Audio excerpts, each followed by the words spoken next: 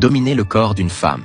Deux vieillards assis dans leur voiture observent sa silhouette sensuelle à travers leurs jumelles. Après avoir fait le plein, la femme retourne dans sa voiture. Son mari appuie sur l'accélérateur et il s'éloigne rapidement.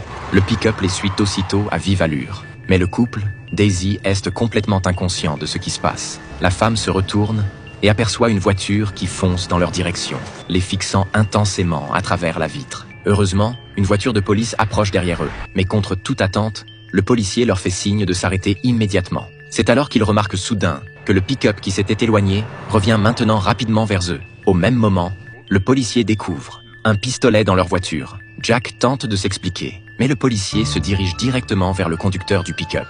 Ils étaient en fait complices. Le couple est maîtrisé et transporté en hors-bord sur une île déserte. Le mari retire alors sa grosse montre en or, espérant l'échanger contre leur liberté. Mais les malfaiteurs restent impassibles. Ils s'emparent simplement de la montre et révèlent leur véritable intention. Ils ne veulent ni argent, ni meurtre. Ils exigent seulement que le couple échappe à leur chasse, avant la tombée de la nuit sur l'île déserte. Sur ces mots, ils poussent le couple dans la jungle de l'île. La chasse est sur le point de commencer. Pour protéger sa femme, le mari lui ordonne de se cacher dans la jungle. Puis il ramasse un bâton, et profitant de l'inattention du faux policier, il parvient à le neutraliser. Le mari s'empare immédiatement de son arme, mais au moment où il s'apprête à tirer à nouveau, le complice du faux policier arrive sur les lieux.